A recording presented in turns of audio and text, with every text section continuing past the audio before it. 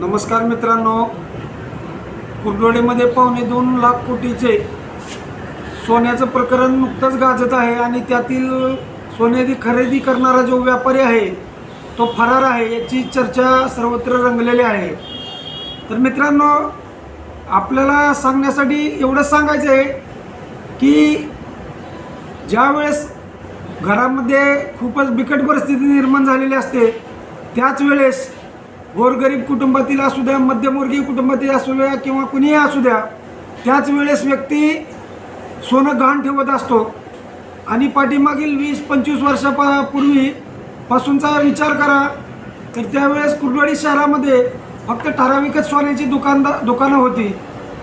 तर या दुकानदारांनी काय केलं, त्यातले बाकीचे विषय मला कोणाविषयी काय बोलायचे नाही, पण आपले कुर्डवाडीचे 2 नमुने, 2 लाल, या 2 लालने कुर्डवाडी शहरातील तसेच ग्रामीण भागातील सर्वसामान्य कुटुंबातील स्त्रियांचे अक्षरशः घरामध्ये कधी अडचण निर्माण झाली तर मणी मंगळसूत्र गहाण ठेवलेलं होतं, त्याची पावती नाही, पावती कधी हरवली असेल, सापडली नाही, तर त्याच्यामुळे हजारो लोकांचं मणी मंगळसूत्र, गळ्यातले दागिने, बाकीचे दागिने ह्या हरामखोरांनी लोकांना परत दिलेले नाहीत। अक्षरशः 10,000च्या वस्तूचे 30-30 हजार रुपये व्याज झालेला आहे आणि यांना विनंती हात जोडून केलेली आहे महिला वर्गाने की बाबा आमच्या गळ्यातलं मंगळसूत्र आहे त्यातले 2-3 हजार रुपये काहीतरी 100-500 रुपये तरी कमी करा। तर ह्या सोनेरी सावकाराने, आरामखोराने 100 रुपये सुद्धा कधी कमी केलेले नाहीत। मित्रांनो, मला राग कोणाविषयी नाही, फक्त भांडवलाच्या जीवावरती गोरगरिबाची पिळवणूक जी ह्या लोकांनी केलेली आहे, ह्या 2 भावांनी, त्याचा माझ्या मनामध्ये खूप म्हणजे चीड आहे आणि तशीच प्रथा आज बऱ्याच ठिकाणी पाहायला मिळत आहे।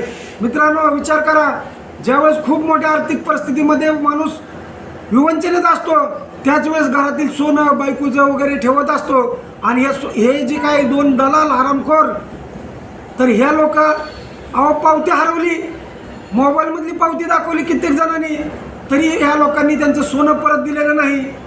आज 1 लाख रुपयाचे 4-4 लाख रुपये व्याज ह्या लोकांनी घेतलेलं आहे। लोकांचं किती पिळवणूक यांनी मोठ्या प्रमाणात केलेली आहे आपल्याला माहीत आहे। ह्या लोकांची बाजू घेणारे जे काही ठराविक लोक आहेत ना, त्यांना यांच्यापासून काहीतरी फायदा होत असेल 100%च। विचार करा, आमचं काही कुणाशी वैर नाही, पण जे चुकीचं आहे ते चुकीचंच आहे। आज 10,000 रुपयाची वस्तू गहाण ठेवलेली असते आणि त्याचं जर 20,000-22,000 व्याज झालेले असेल आणि गहाण ठेवणारी व्यक्ती जर म्हणत असेल त्यातले थोडंफार कमी करा, पण त्यातले 100 रुपये देखील ह्या लोकांकडून कमी केलं जात नाही। आता तुम्ही म्हणसाल त्यांनी पैसे दिलेले आहेत, काय फरक पडतो, परंतु पैसेचा विषय नाही, माणुसकीचा विषय आहे। तर हजारो गोरगरीब कुटुंबातील लोकांचं सोनं ह्या हरामखोरांनी लुबडलेलं आहे, लुटलेलं आहे। चोरीचं कित्येक किलोनी सोनं ह्या लोकांनी घेतलेलं आज उघडकीस झालेलं आहे आणि पोलीस प्रशासनाला विनंती आहे की ह्या मदरचोद हरामखोर लोकांना कठोर कारवाई करा। जी काही जास्तीत जास्त कठोर कलमं असतील ती यांच्यावरती लावा। तपासामध्ये कसल्याही प्रकारची हलगर्जी करू नका, अन्यथा RBI पक्षामार्फत रस्त्यावर उतरून काय करायचं ते आंदोलन तुम्हाला माहिती आहे केलं जातं। आणि फक्त एवढंच विनंती आहे सर्वसामान्य व्यक्तींना की कधीही या 2 भाडकाव हरामखोरांच्या दुकानामध्ये जाऊन सोनं ठेवू नका। तुम्ही सोन्याची पावती कधीतरी गहाळ होते, मोबाईलमधली पावती देखील यांच्या दुकानात चालत नाही। मला सांगा, तुमची पावती हरवली, यांच्याकडे रेकॉर्डला यांच्याकडे नोंद नाही का? रेकॉर्डला नोंद असते की नसते यांच्या बुकमध्ये? तर यांच्या बुकमध्ये नोंद आहे, असते, परंतु हे सांगतात तुमच्याकडे ओरिजिनलच पावती पाहिजे, त्याची झेरॉक्स सुद्धा चालत नाही। एवढा अमानुषपणा आणि एवढा निर्दयीपणा ह्या दोघांकडून केला गेलेला आहे आणि हजारो लोकांचं तळतळाट या लोकांनी घेतलेला आहे। परतफेड हितच आहे। तुम्ही किती जरी अब्जाधीश असला तरी काय करणारे पैसे, हां, ज्वारीची भाकरी इथलीच खाणारे, बाजरी इथलीच खाणारे, गहू इथलाच खाणारे, काय वेगळा चंद्रावरून कुठनं आणणारे काय मंगळावरून? तर कसं आहे, किती जरी पैसा असला तरी ते पैशात माणसाला समाधान पाहिजे, पण ह्यांनी, ह्या सावकारांनी अक्षरशः ह्या परिसराला खूप तळतळाट घेतला या लोकांनी। माझी विनंती आहे, ह्या लोकांपासून सावध राहावा। अहो, किती नालायक वृत्ती आहे यांची बघा। मध्यंतरी मंडईमध्ये महिलांच्या स्वच्छतागृहाचा दरवाजा ह्या लोकांनी बसवला, 1,000-2,000 रुपये गेले असतील तर सगळ्या सोशल मीडियामध्ये यांच्या बातम्या केल्या। काय स्मशानभूमीमध्ये 4 फारच्या बसवलेल्या आहेत, तिथं पाणी नाही, काय नाही, नाव टाकून ठेवलं अमकं अमकं अमकं अमकं। तर मला सांगायचं काय माहिती आहे का, आज कुर्डवाडीच्या कानाकोपऱ्यामध्ये यांची प्रॉपर्टी झालेली आहे.